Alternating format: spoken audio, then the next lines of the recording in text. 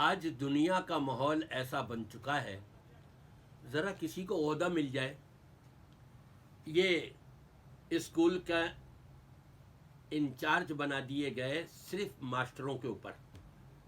وہ ادھر head master الگ ہے، پرنسپل الگ ہے. یہ کسی اور ادارے کے اندر مدیر بنا دیا گیا، نائب مدیر بنا دیا گیا. یہ کسی محکمے میں مشرف بنا دیا گیا، چیک کرنے والا.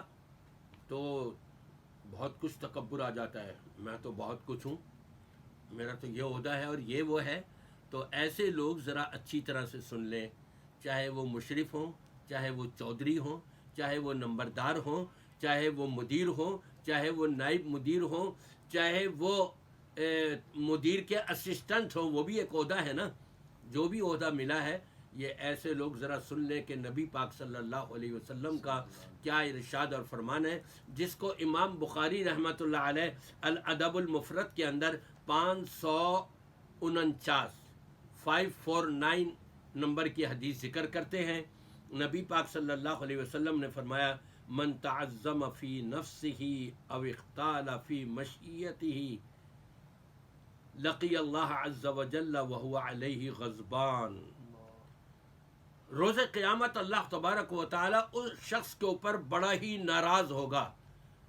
آپ دیکھ لیجئے، جب رب غصے کرے گا اور ناراض ہوگا تو کیا معاف کرے گا؟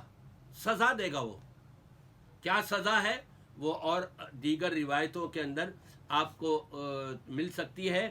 یہاں پر یہ کہ رب تبارک و تعالی اس پر بڑا غضبناک ہوگا جو اپنے آپ کو اپنے بہت کچھ بڑا سمجھتا ہو، آرڈر کر رہا ہے، میں یوں ہوں، میں فلانا ہوں، میری بات ماننی ہوگی، میرے علاوہ کون ہے. اور یہ وہ ذرہ برابر بھی اگر یہ نفس کے اندر بات آ گئی تو یقیناً رب تبارک و تعالی کے نزدیک وہ مغضوب ہے اور رب العالمین اس کے اوپر بڑا غضبناک ہوگا. اسی طرح سے امام بخاری رحمۃ اللہ علیہ ادب المفرد کے اندر 590 حدیث نمبر کے تحت لے کر کے آئے ہیں، رجل نازع اللہ عز وجل رداءہ فإن رداءہ الکبریاء وإزارہ العزہ.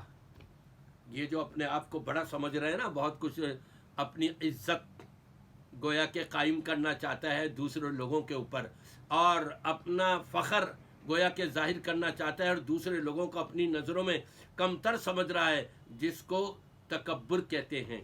جس شخص نے بھی ذرہ برابر بھی تکبر کیا، گویا کہ رب تبارک و تعالیٰ کی چادر چھیننی چاہیے.